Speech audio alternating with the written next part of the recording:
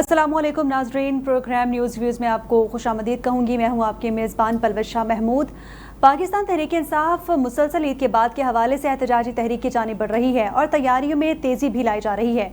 मुख्तलिफ रहनुमाओं की ड्यूटियाँ भी लगाई जा रही हैं। खैबर पख्तूनख्वा से काफिले समेत मुल्क भर में एहतजाजी मुजाहिरों के हवाले से हिदायत जारी कर दी गई हैं। बैरिस्टर अली जफर ने कहा है कि ईद के बाद इमरान खान एहतजाज की कॉल दे चुके हैं और इसकी भरपूर तैयारियां भी की जा रही हैं। और आज इसी हवाले से पाकिस्तान तहरीक इंसाफ जिला पेशावर की तंजीम तहलील की गई है। पेशावर में पीटीआई की पार्टी तंजीम के तमाम अहदेदार जिम्मेदारियों से फारिग हो गए। एलामिया में लिखा गया कि जिले पार्टी की तंजीम नौ और मुस्तकबिल में परफॉर्मेंस और राब्तों में बेहतरी के लिए इकदाम उठाया गया है। इरफान सलीम पीटीआई पेशावर रीजन के सदर जबकि जनरल सेक्रेटरी शहाब चिमकनी थे। इस हवाले से बात करने के लिए हमारे साथ लाइन पर मौजूद हैं राशिद हाशमी साहब मुस्लिम लीग नून से और ज्ञानचंद साहब पीपल्स पार्टी से। राशिद हाशमी साहब, सबसे पहले आपकी जानिब आना चाहूंगी। आपसे ये जानना चाहूंगी कि हुकूमत पे कितना प्रेशर डेवलप होगा इस तमाम तरह एहतजाज के मामले पे? आपकी आवाज मिक्स अप हो रही है जी।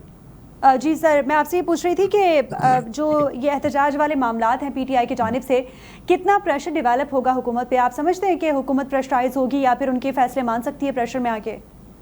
जी, इतना ही प्रेशर डेवलप होगा कि जितना आप एक चाय की प्याली में अगर कोशिश करें कोई सुनामी कोई तूफान बर्पा करने की कोशिश करें तो इससे ज्यादा कुछ भी नहीं है। आपको मैं लेटेस्ट इंफॉर्मेशन हालात बताता चलूँ। यहाँ पे लंदन में बरतानिया के हवाले से यहाँ पे लंदन में भी जो ना वो जो क्या से कहते हैं कि कुछ चंद टिकटॉकर नुमा पीटीआई के जो खैर ख्वाह थे, उन्होंने वो एक यहाँ पे एक दिन के धरने का 24 घंटे के धरने का वहाँ पे डॉनिंग स्ट्रीट के बाहर जो ना वो ऐलान किया था।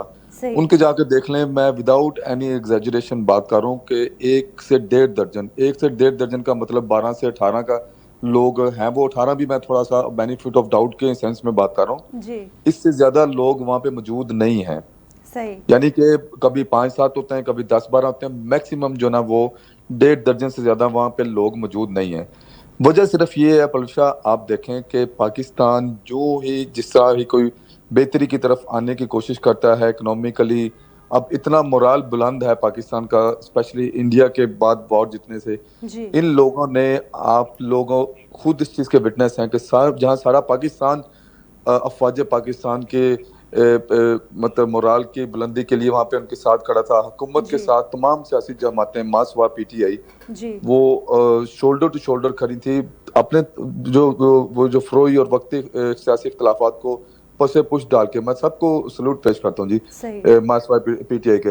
लेकिन ये कि इन लोगों ने उस वक्त भी शुरू में कैंपेन की। अलीमा खान खुद कहती थी कि इन्हें एक गाल पे थप्पड़ पड़ेगा तो ये मुद्दे के आगे दूसरा गाल कर देंगे वगैरह वगैरह। जब अगले दिन पाकिस्तान ने इंडिया का वो दंदान शिकन जवाब दिया तो साथ ही उस अलीमा खान की जना वो जो टून और जना वो बातें जना फर्क हो गई थी। रही बात आपके धरनों के हवाले से, अगर इनके यकीन करें कि लोगों को अब समझ आ गई है, इनके अपने लोगों को समझ आ गई है कि ये मुल्क दुश्मन है, ये पाकिस्तान के खिलाफ फौरन एजेंडे पे चलने वाले लोग हैं पीटीआई वाले।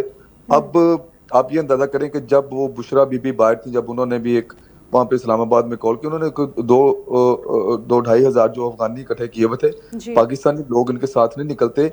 लोग तो दूर की बात है, इनके अपने जो हैं, इनके हुकूमत में जो लोग गुजरा रहे हैं, इनके जो मौजूदा रुकने असम्बली, सूबाई असम्बली या नेशनल असम्बली है, वो लोग तक नहीं आते। क्योंकि ये जिस बैगेज को लेकर चल रहे हैं, पाकिस्तान के खिलाफ कैंपेन और पाकिस्तान के खिलाफ एक एजेंडा, मैं ऑनेस्टली स्पीकिंग मैं कोई सर्टिफिकेट यहाँ पे बेवतनी की नहीं बांट रहा, लेकिन मैं आपको ग्राउंड रियलिटीज की बात कर रहा हूँ कि लोग इनसे नफरत करते हैं। अब इन्होंने पेशावर की बॉडी का आपने बताया कि वो तहलील कर दी है। क्यों तहलील कर दी है? क्योंकि उनके लोगों को पता चल गया हुआ कि ये पाकिस्तान के खिलाफ हैं।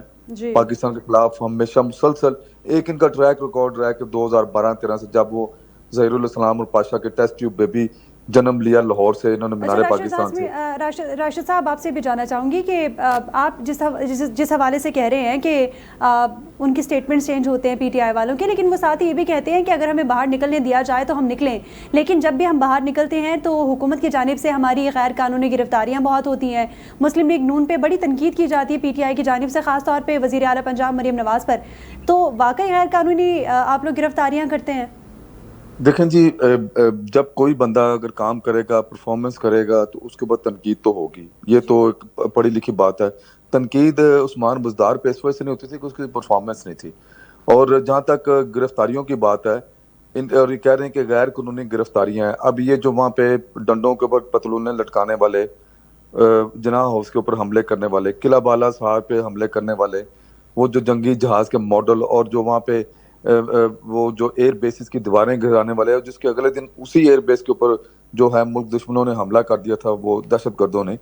तो ये अगर समझते हैं कि लंबी चौड़ी फुटेजेस यहाँ पे जो ना अवेलेबल हैं सोशल मीडिया अकाउंट्स के ऊपर, जो कानून नाफिज करने वाले इदारों के पास, अदालतों में उनके ऊपर जो ना वो सारे जरा और ये डिस्कशन हुई, और ये बाहर निकल के कहते हैं लो जी सीसीटीवी फुटेजेस जो ना वो जाया कर दी गई। कहाँ पे जाया कर दी गई? सारी पब्लिक डोमेन में वो चीजें पड़ी, कुछ जाया नहीं हुआ, सारा उसी तरह महफूज है।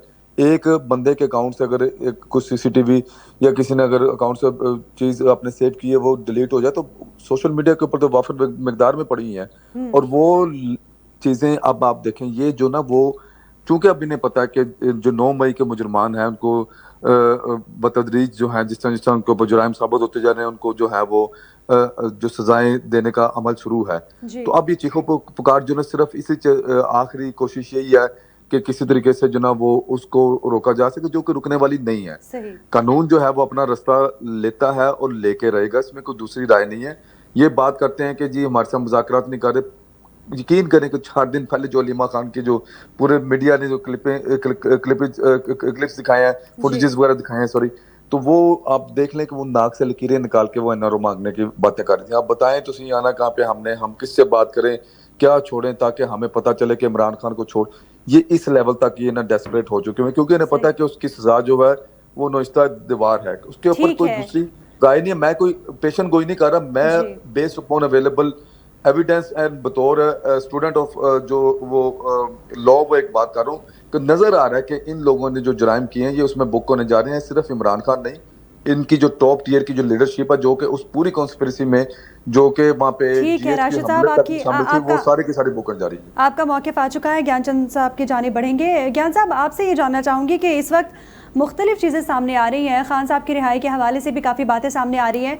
साथ ही खान साहब की स्टेटमेंट्स के हवाले से अगर बात करें तो वो कहते थे कि उनके बगैर तो पाकिस्तान तरक्की कर ही नहीं सकता, और खान साहब अगर बाहर आते तो बकौल उनके उन्होंने ये कहा कि पाकिस्तान जी बहुत अच्छे ट्रैक पे गामजन हो जाता।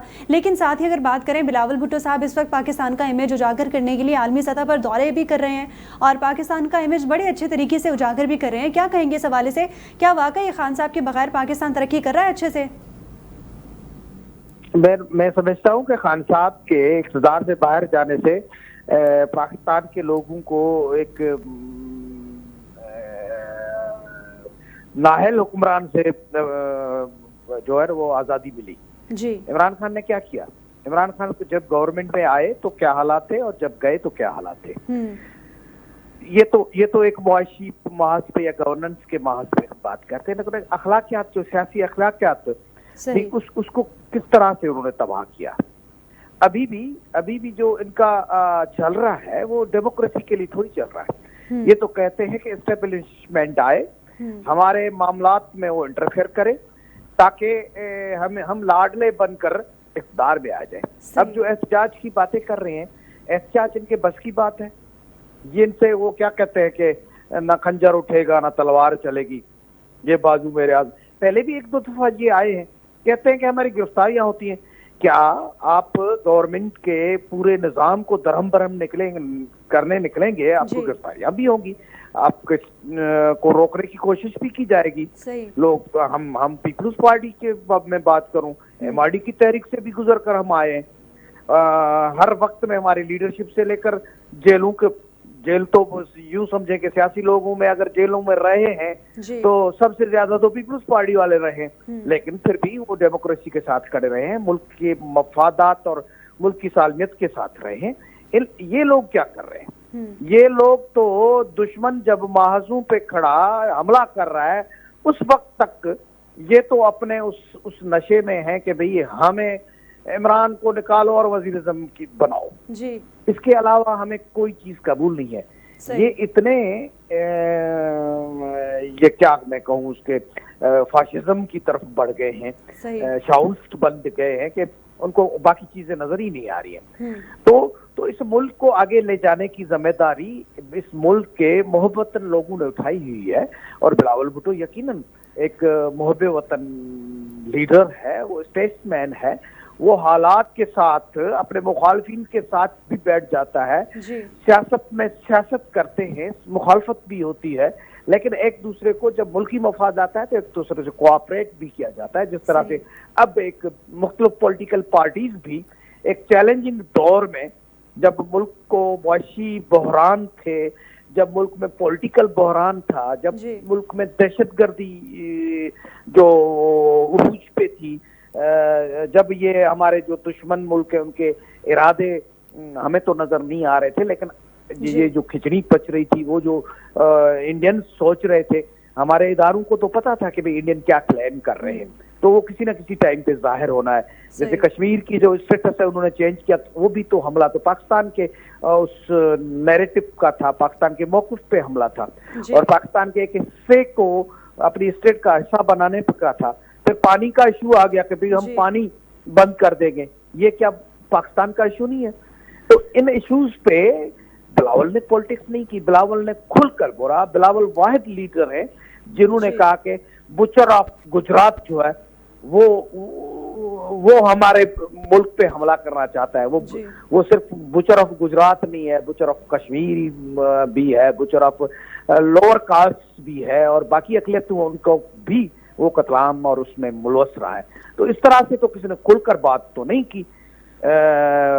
जो ये बड़े चैंपियन बन रहे हैं, तो अभी भी ये एक महाज जो है वो अभी ठंडा हुआ है, बंद नहीं हुआ है, ये महाज एक ठंडा हुआ है। लेकिन हमारा इंटरनेशनल ताल्लुकात में इंटरनेशनल नैरेटिव का महाज खुला हुआ है, जहाँ पे बिलावल की क़यादत में जो डेलीगेशन गया है वो अपने हैसियत रखता है, और फिर बिलावल का होना ये एक पूरे की पूरी लेगेसी है जिसको वो अच्छा ज्ञानचंद साहब, जो चीजें आपने अभी हाईलाइट की है, जो इश्यूज आपने अभी हाईलाइट किए हैं, उनके हवाले से आपसे बात करना चाहती हूँ। ये तमाम तर मामलात हल किस तरह होंगे? क्योंकि अगर सियासी पार्टियां मिल बैठकर आपस में एक दूसरे से बात नहीं करेंगी, जिस तरह खान साहब की एक तरह से जिद है कि वो सियासी जमातों के साथ बैठ के बात नहीं करेंगे, और वो अगर बात करने को तैयार है तो सिर्फ स्टैब्लिशमेंट के साथ ही वो बात करने को तैयार है। खान साहब मुफाहमत की जगह मुज़ाहमत को क्यों अपनाना चाह रहे हैं? अगर हम इंटरनेशनली बात करें तो ट्रंप के हवाले से भी अगर हम देख लें तो उन्होंने भी मुफाहमत को बेहतर समझा मुज़ाहमत की जगह, और हर जगह पे यही होता है कि मिल बैठ के बात करने से सियासी जमातें आपस में अपने तमाम तर मामला सुलझा लेती हैं, तो मामला एक तरह से सॉर्ट आउट हो जाते हैं, सीधे हल की तरफ जाते हैं। खान साहब को ये बात समझ क्यों नहीं आ रही? देखिए, वो तो उनसे पूछे, उनकी उनका माइंड क्या है जी। वो आया पाकिस्तान को नुमाइंदगी कर रहे हैं, वो आया अवाम की नुमाइंदगी कर रहे हैं, या वो अपने खुद की अना और खुद की डेवलपमेंट चाह रहे हैं, खुद के असासाजात को बढ़ाना चाह रहे हैं। वो तो तोशा खाना के तो चोर है ना, वो 170 क्या 90 मिलियन पाउंड्स के तो चोर है ना। ये बड़े मोटे केस है। बाकी भी जो केसेस इनके खिलाफ बने हुए हैं, इनके किए धरे हुए, गवर्नमेंट को ये 1000 इल्जाम लगाए कि गवर्नमेंट विक्टिमाइजेशन कर रही है, लेकिन गवर्नमेंट के ये केसेस नहीं है, इनके एमाल थे जिनका बदले में इनके खिलाफ केस हुए। फिर कोर्ट्स में जाएंगे, और बड़े बबकियां लगाते थे बाहर इंटरनेशनल माजू पे जाकर, ये वहीं से कहते थे कि भाई मैं तो उस मेरे मुखालिफ लीडर के जेल का खाना चेक करूंगा, वहां पे एसी बंद करवाऊंगा। ये एक प्राइम मिनिस्टर की हैसियत में उनको जेब देता था। हमारे लीडर ने तो कभी नहीं कहा कि भाई इमरान खान का ये चरखे बंद कर दो, उनके के लिए मटन कढ़ाइयां बंद कर दो, उनके एसी बंद कर दो। हमने तो कहा कि जो भी वो डिजर्व करता है वो फैसिलिटीज तो वो उनको इख्तिलाफ राय रखने का हक है, लेकिन ये उनको हक नहीं है कि सारी दुनिया को चोर डाकू कहता रहे और पाकिस्तान को लूटता रहे। वो अपनी जो भी पॉपुलरिटी है उस पॉपुलरिटी को इस्तेमाल करते हुए पाकिस्तान को नुकसान पहुंचाए, पाकिस्तान के पूरे पॉलिटिकल सिस्टम को नुकसान पहुंचाए। आपके लिए पार्लियामेंट भी मौजूद है, पहले थी, जिसपे लात मार कर ये भाग गए और पार्लियामेंटी सिस्टम को नुकसान पहुंचाया। अभी भी पार्लियामानी महाज है, उसमें वो आते हैं वहाँ यहाँ से फरमाइश। इनकी रोज जो मीटिंग्स हो रही हैं, क्या किसी दूसरे पॉलिटिकल लीडर को इतने स्पेस दी गई है हमारी तारीख में? हमारे लीडरान तो काल कोठरियों में बैठकर फांसी चढ़ गए, ये तो चरके खाते हुए भी चीख रहे हैं। तो इनसे कुछ नहीं होना। पाकिस्तान को आगे बढ़ना है, पाकिस्तान की कैपेसिटी है, पाकिस्तान की जो अब हुक्मरानी है वो अच्छे हाथों में है। वो पाकिस्तान के लिए सोच रहे हैं, पाकिस्तान के लिए मेहनत कर रहे हैं और मिलजुल कर पाकिस्तान को क्राइसिस से निकालने की कोशिश कर रहे हैं। इमरान खान या कोई और पाकिस्तान का दुश्मन कितना भी चाहे पाकिस्तान को डिग्रेड करने के लिए, लेकिन पाकिस्तान अब जिस पे चल चुका है वो आगे ही बढ़ेगा और खुशहाली पाकिस्तान का मुस्तकबल है। बिल्कुल बिल्कुल ठीक फरमाया आपने। राशिद साहब, आपकी जानिब आना चाहूंगी। खान साहब की बहन अलीमा खान ने स्टेटमेंट दिया कि कुछ लो और कुछ दो की बुनियाद पर तमाम तर मामलात आगे बढ़ाए जा सकते हैं, लेकिन साथ ही पीटीआई के जो दीगर रहनुमा है उनकी जानिब से इस मौक़िफ़ को जो है वो मुस्तरद किया जा रहा है। बैरिस्टर अली ज़फ़र ने कहा कि ऐसा कुछ भी नहीं होने वाला कि कुछ लो और कुछ दो की बुनियाद पर हम अपने मुतालबात जो है वो सामने रखेंगे।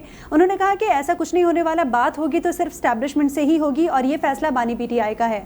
आप समझते हैं कि अगर मुज़ाकरात की मेज़ पर बैठने के लिए पीटीआई राज़ी हो जाती है, सियासी जमातों के साथ बातचीत करने के लिए राज़ी हो जाती है, तो हुकूमत पीटीआई के मौक़िफ़ को जो है उस पर एतबार करेगी या फिर पीटीआई की जो बातें हैं वो ना फिरने पे एतमाद करेगी? देखें पलवशा, मैं बड़ी माजरत के साथ देखें, मुझे नहीं ये ज़ेब देता कि मैं आप लोगों को, सहाफ़ियों को, मीडिया वालों को ये बताऊं कि किस किस्म के सवालात होने चाहिए कि अवाम को खुदा का नाम लें आप लोग एक इस फैन क्लब से, इस कल्ट सोच से कि इमरान खान को ये हो गया, इमरान खान को वो हो गया। इमरान खान एक मुजरिम है, एक कई केसेस का मुलजिम है जो कि अपने करदा गुनाहों की इस पदाश में है। बाकी कई सैकड़ों हजारों लाखों मुजरिमों की तरह जेल में पड़ा हुआ है, जिस तरह पाकिस्तान की जेलों में और बहुत से लोग पड़े हुए हैं। तो मेरा ख्याल है कि मैं इसके ऊपर उससे ज्यादा मजीद वक्त नहीं दूंगा। और अलबत्ता एक बात आपका मैं जरूर दूंगा कि अगर वहां पे कोई एनआरओ के लिए कोई जमात या कोई शख्स या पीटीआई वाले भीख मांग रहे हैं तो उसका वाहिद बेनिफिशियरी इमरान अहमद खान नियाजी के अलावा दूसरा कोई भी शख्स पाकिस्तान का नहीं है। तो मतलब है कि ये इन्हीं का बेनिफिशियरी है, हमें एक ढेले का फायदा नहीं है। तो इस वजह से मैं इस मौजू के ऊपर मजीद वक्त जाया नहीं करूंगा कि इमरान खान ये कह रहा है, उसकी बहन ये कह रही है, गोहर ये कह रहा है, अली ज़फ़र ये कह रहा है। I damn care about what these people are saying. मुझे ये पता कि ये लोग पाकिस्तान के खिलाफ रहे हैं। अलबत्ता आप लोगों को सवाल किस तरह के करने चाहिए, मेरे भाई ज्ञानचंद साहब भी इस चीज से एग्री करेंगे। पाकिस्तान की जो इस वक्त जो है सबज पासपोर्ट की जो इज्जत जो बहाल हुई है, आप उसके ऊपर बात करें। जो डिप्लोमेसी के जो है वो एक बेहतरीन और पाकिस्तान की हिस्ट्री में आला तरीन जो एग्जाम्पल जो है वो इसहाक डार साहब ने, जो हमारे वजीर खारजा और नायब वजीर आजम हैं, उन्होंने कायम किया। आप उसके ऊपर बात करें। पाकिस्तान के ऊपर जो कुवैत और की जानिब से जो 19 साल बाद जो वीजा की पाबंदियां खत्म हुई हैं, जो कि असल में सबज पासपोर्ट को इज्जत देने वाली बात है, उसकी बात करें। जो सोशल मीडिया पे जो फुटेजेस चाह रहे हैं कि लोग बैरून मुल्क में most probably somewhere in gulf वो जो उतर रहे हैं और पाकिस्तान जिंदाबाद के वहां के जो अरबी जो स्टाफ मेंबर्स हैं वो नारे लगा रहे हैं, इन चीजों के ऊपर बात करें। आप लोगों ने अवाम को किस एक बंद कुएं में धकेलने की या वहां पे गिरा रहने की जो ना एक रखी कि इमरान खान की बहन ये कह रही है, इसका वकील ये कह रहा है कि who cares, they are past. वो फॉर्म 47, 45, 45 सबसे बड़ा 47, 45 तो उन्होंने केपीके में किया है। इनकी एक आने की कोई वहां पे कारकर्दगी नहीं है पूरे सूबे में। पिछले जो ना 12-13 साल से वहां पे इनकी हुकूमत है और इन्होंने वहां पे क्लीन स्वीप कर लिया। किस कारकर्दगी के बना पे क्लीन स्वीप किया है? इनके अरकान असेंबली जो केपीके हैं, जो उनके वज़रा तक हैं, वो तो बता देते हैं वहाँ पे जो राशिद साहब, आपकी बात बिल्कुल ठीक है कि हमें पाकिस्तान का जो इंटरनेशनली मौक़िफ़ है उसको उजागर करना चाहिए। पाकिस्तान का इमेज जो आगे बढ़ रहा है उसको बिल्कुल ठीक कह रहे हैं आप, लेकिन ये जो सियासी जमातों की आपस की लड़ाई है ये भी हाईलाइट करना इस वक्त बहुत जरूरी है, क्योंकि हम लोग पिछले कोई 20 से 25 मिनट से हम पिछले 20-25 मिनट से वही हाईलाइट कर रहे हैं, और जो कि एक तरह से बिल्कुल एक गड़े मुर्दे उखाड़ने वाली बात है और उनको लाइमलाइट में रखने वाली बात है। Otherwise I don't really see any single point के इसको डिस्कस करने की भी जरूरत है मोर देन 2, 3 और 5 मिनट्स। उसके बाद आप आगे मूव ऑन करें। जंग के ऊपर पाकिस्तान की इतनी फतवाहत है, पूरी दुनिया बैशिंग कर रही है इंडिया की कि उसने वहां पे किया क्या। मैं बिल्कुल आपके जो आपका एक तरह से मौक़िफ़ है उसकी मैं रिस्पेक्ट करती हूँ, आप बिल्कुल ठीक कह रहे हैं, लेकिन ये भी क्योंकि करंट अफेयर का हिस्सा है, करंटली ये अपडेट्स हैं, तो ये नाज़रीन तक पहुँचना ज़रूरी है। देखिए मैं वही कर रहा हूँ, हमारा अभी तक 90% वही टॉपिक चला है जी। इसके ऊपर ये, हाँ, अगर तो आपने सारा प्रोग्राम इसके ऊपर करना है तो वो एक अलग बात है, लेकिन मेरा ख्याल है एजेंडा ये नहीं होना चाहिए कि जो ना उन लोगों को लाइमलाइट में रखा जाए। ऐसे लोग जो कि माजी का हिस्सा बन चुके हैं, जो कि पाकिस्तान के, जिनके ऊपर नाम तक लेने के ऊपर पाबंदी होनी चाहिए। देखें, जो दुश्मन होता है उससे ज्यादा मुनाफिक जो है वो खतरनाक होता है। एक प्रोग्राम वो रख लेंगे जिसमें पाकिस्तान की बेहतरी के हवाले से बात हो। स्पेशली नहीं, आप सारे प्रोग्राम्स में करें। देखिए हमारे जो स्पेक्टेटर्स हैं उन्होंने स्पेशली प्रोग्राम देखने नहीं बैठना होता, जो बैठे हैं आप 2-4 मिनट वो बात करें। बाकी जो मजीद जो है करंट अफेयर्स वो ये हैं, जो ब्रेकिंग न्यूज है वो ये है। हाँ, अलबत्ता आज की न्यूज ये है कि वो हमारे निजाबाज जो उन्होंने फिर एक और मेडल जीत लिया है अलबत्ता, लेकिन बात ये है कि इमरान खान ये इमरान खान नामा जो है खत्म करें, लोगों को इस जान से बाहर आने दें प्लीज। बिल्कुल बिल्कुल ठीक कह रहे हैं आप, आपका मौक़िफ़ हम तक पहुंच गया। ज्ञानचंद साहब, आपसे लास्टली जानना चाहूंगी, मिलिट्री ट्रायल जो हो रहा है इस वक्त सिविलियंस का फ़ौजी अदालतों में, पीपल्स पार्टी इसकी हिमायत करती है, समझती है कि अगर फ़ौजी तंजीबात पर हमला किया जाए या फिर पाकिस्तान की रियासत को या किसी भी रियासत को नुकसान पहुंचाया जाए तो सिविलियंस का मिलिट्री कोर्ट में ट्रायल होना जायज़ है? देखिए, मैं एज सच तो मिलिट्री कोर्ट्स की सपोर्ट नहीं करता, सही, लेकिन हालात पे डिपेंड करता है ना। ऐसा तो नहीं हो सकता कि आप एक मिलिट्री कोई ये नहीं है कि वो वर्दी पहनकर बंदूक उठाकर खड़े हैं, कोई ऐसे हैं, वो हमारे मुहाफिज हैं। अगर आप अपने मुहाफिजों के खिलाफ आ जाएं, और एक ही इदारा बचा है जो वेल डिसिप्लिन्ड इदारा है जी, वो इदारा हमारी डिफेंडर इदारा है, उसका भी हम लिहाज ना करें। और इंटरनली तो हम तनकीदें करते रहते हैं, जब वो डिक्टेटर बनकर कोई जनरल आता है तो भी इदारे के तौर पे हम लोगों ने बर्दाश्त किया, हम लोगों ने लाशें उठाई है, लेकिन हमने कभी भी पूरे इदारे को निशाना नहीं बनाया। हमने कुछ लोगों को निशाना बनाया जिन्होंने इस इदारे को गलत इस्तेमाल किया। तो यहाँ पे तो किस्सा ये है कि आपने जाकर उन पे हमला किया है, फिर वो सुप्रीम कोर्ट में केस है, वो डिसाइड कर रहे हैं कि इसका क्या होना चाहिए। इसलिए मैं समझता हूँ कि मेरे राय उसमें कोई अहमियत नहीं रखता है। बाकी जहां तक इन चीजों को डिस्कस करने की बात है, ठीक है, फौजी अदालतों का मामला भी हमारा नेशनल इशू है, लेकिन हमारा नेशनल इशू तो ये भी है कि IMF क्या शराइत रख रहा है, हम आम लोगों को क्या रिलीफ देने जा रहे हैं, या किस तरह से हम अपनी इकोनॉमी को आगे बढ़ाएंगे। ये बजट का महीना है और उसमें किस तरह से आगे जा सकते हैं। मैं समझता हूँ कि इन लोगों को ये धरना वरना की सियासत तब होती है जब आपके यहाँ डेमोक्रेसी ना हो। मैं तो अगर इनको शिकायत है कि इलेक्शन फेयर नहीं हुए ना, तो आप बिल लेके आए कि किस तरह से हम फेयर इलेक्शन करवा सकते हैं। इस पे पीपल्स पार्टी PTI को भी सपोर्ट करने के लिए तैयार है, नून लीग से भी बात करेगी कि भाई ये अच्छी बात है, जो डिजर्व करता है उसको। बाकी ये मैंडेट सुबह शाम कहते हैं, ये मैंडेट नहीं था, इनको दिलाया गया था, जिसमें वो जहांगीर तरीन का जहाज भी चला था आखिरी हुक्मरानी दिलाने के लिए। तो जहांगीर तरीन का जहाज भी आजकल उनके लिए नहीं चल रहा है। फिर जिनके लाडले थे उन्होंने भी अब उनसे हाथ उठा लिया है। अब इनको पूरे चैलेंजेस को अपने पांव पे चलकर फेस करना है, जिसमें भी इनको आजादी है, पूरी आजादी दी है। क्या सुबह शाम ये प्रेस कॉन्फ्रेंस नहीं करते हैं? इनके मुलाकातियों का सुबह शाम सिलसिला नहीं लगा होता है, पूरे कैमरास उस पर फोकस की हुई होती है। जब हम लोग जब मुखालफ में रहते हैं तो हमें तो वो चीजें नहीं अवेलेबल होती है। हमारे तो लीडरान के किस तरह से, आसिफ अली जरदारी को किस तरह से हॉस्पिटल से निकाला गया उसकी बेटी के सामने, फरयाल तालपुर साहबा को किस तरह से रात को 12 बजे ईद के दिन जो है वो उठाकर हॉस्पिटल से जेल पहुंचाया गया, जो जेल में कानून के तहत भी नहीं है। पूरे के पूरे एक प्रोपेगेंडा मुहिम चलाई गई, जिसके लिए एंकर्स, कुछ एंकर्स मैं कहूंगा, वो आकर बैठते थे, वो कमेंट्री शुरू हो जाती थी कि वहां पे ये हुआ, वहां पे हुआ, पूरी फैब्रिकेटेड स्टोरीज। कोर्ट्स में मामला आए तो पता चला कि ये किस तरह से प्रोपेगेंडा मुहिम चलाई गई थी।